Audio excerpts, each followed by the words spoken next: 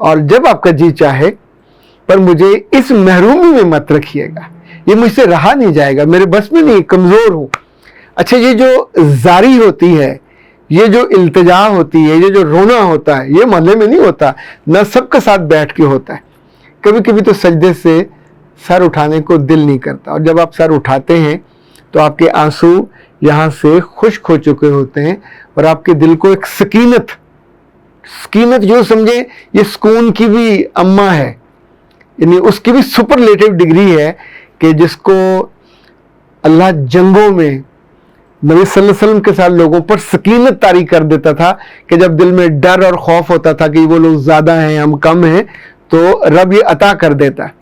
اسی طور پہ جب آپ مالی طور پہ محروم ہو یا کسی چیز سے بھی محروم ہو جائیں تو اس وقت اللہ سے سکینت مانگنی چاہیے، اور بے شمار دعائیں، آپ کو دعاؤں کی طرف جانا چاہیے، یعنی بجائے اس کے کہ میں آپ کو حلوہ اور فلودہ بنا کے دے دوں کہ یہ جو دعائیں کچھ آپ کو ڈھونڈنی چاہیے، ڈھونڈیں، اور اس وقت جتنا زیادہ آپ اپنی زبان کو بند رکھو گے اتنا زیادہ فائدے میں رہو گے۔ اپنی کمی، کوتاہی اور بے وقوفی کی کہانیاں نہیں بیان کرنی چاہیے۔ ہو گیا تو اس کے بعد اس کا اپائے عام طور پہ ہماری سوسائٹی میں ہو نہیں پاتا۔ جنہوں نے جو فراڈ کیا ہوتا ہے وہ بڑے تگڑے ہوتے ہیں اور بڑے چالاک بھی ہوتے ہیں، پھر جو کہ آپ نے خود موقع دیا ہوتا ہے، تو ایسے میں پاگل ہونا آپشن نہیں ہے، نیم پاگل ہونا آپشن بھی نہیں ہے، اور ذہنی طور پہ اب نارمل ہو کے اپنی ساری چیزوں کو چھوڑ کے لوگوں کو کہانیاں سنانا بھی آپشن نہیں ہے۔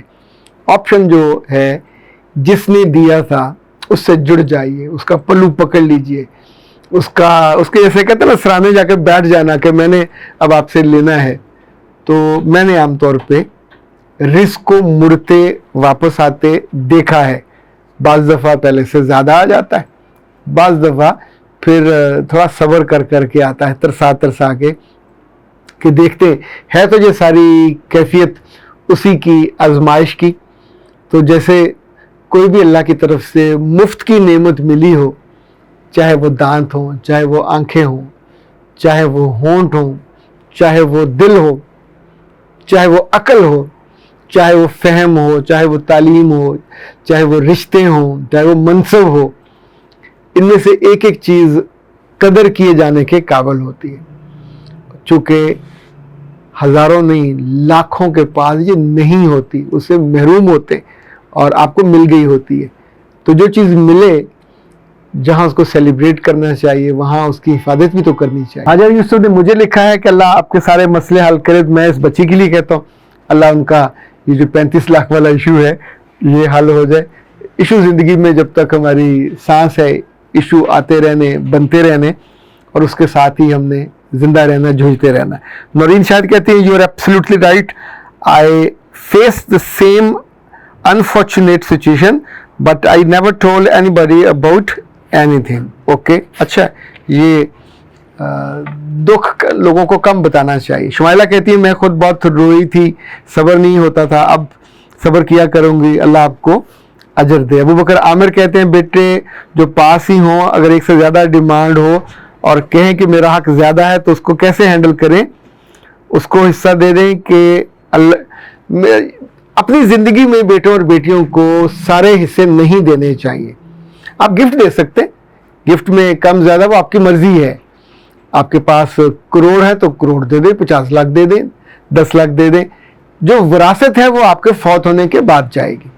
اچھا، وہ وراثت میں انصاف رہنا چاہیے، جو کہ بجائے اس کے بعد میں بد دعائیں بچیں دیں۔ ہاں، اگر ان میں کوئی بہت ضرورت مند ہے، لائک ان کو گھر ور چاہیے ہوتا ہے، بزنس چاہیے ہوتا ہے، تو وہ پھر انصاف کے ساتھ کر دینا چاہیے، جو مجھے لگتا ہے۔ حیدر عباس صاحب کہتے ہیں سپرم چیک کروانے کے لیے لیبارٹری میں کیسے سیمپل دیں؟ میرے بچے اگر آپ بڑے ہو گئے تو اتنی عقل تو آپ کو آ جانی چاہیے، کسی لیبارٹری میں چلیں جو آپ کو بتا دیں کہ آپ کو یہ ٹیسٹ کیسے کرنا ہے۔ اچھا، کچھ چیزیں ہوتی ہیں جو کامن سینس کی ہوتی ہیں، کامن سینس کو استعمال کرنا چاہیے۔ اس غریب کی بچی کو رکھ کر آپ نے اس کا اچار ڈالنا، کیا کرنا ہے؟ استعمال کرو گے تو استعمال سمجھ میں آئے گی، ادروائز کسی جگہ بیٹھ کے اس طرح کا سوال کریں گے تو لوگ آپ کا پھر مذاق اڑائیں گے، اور یہ تو کبھی آپ کو بھی اچھا نہیں لگے گا کہ irrelevant، نامناسب۔ ویسے تو ارسطو نے بڑا خوبصورت جملہ کہا تھا کہ بولو کہ پہچانے جاؤ، بولنے سے انسان کا علم کا, فہم کا, کامن سینس کا بھی پتہ چلتا ہے. تو میرے بچوں, جو چھوٹی چھوٹی چیزیں ہوتی ہیں ان کو سوچنا چاہیے, غور کرنا چاہیے, اور جہاں سے جو ہونا ہو وہاں جانا چاہیے نا, تاکہ آپ کو وہ بتا دیں گے. اختر عباس کو دیجیے اجازت. السلام علیکم.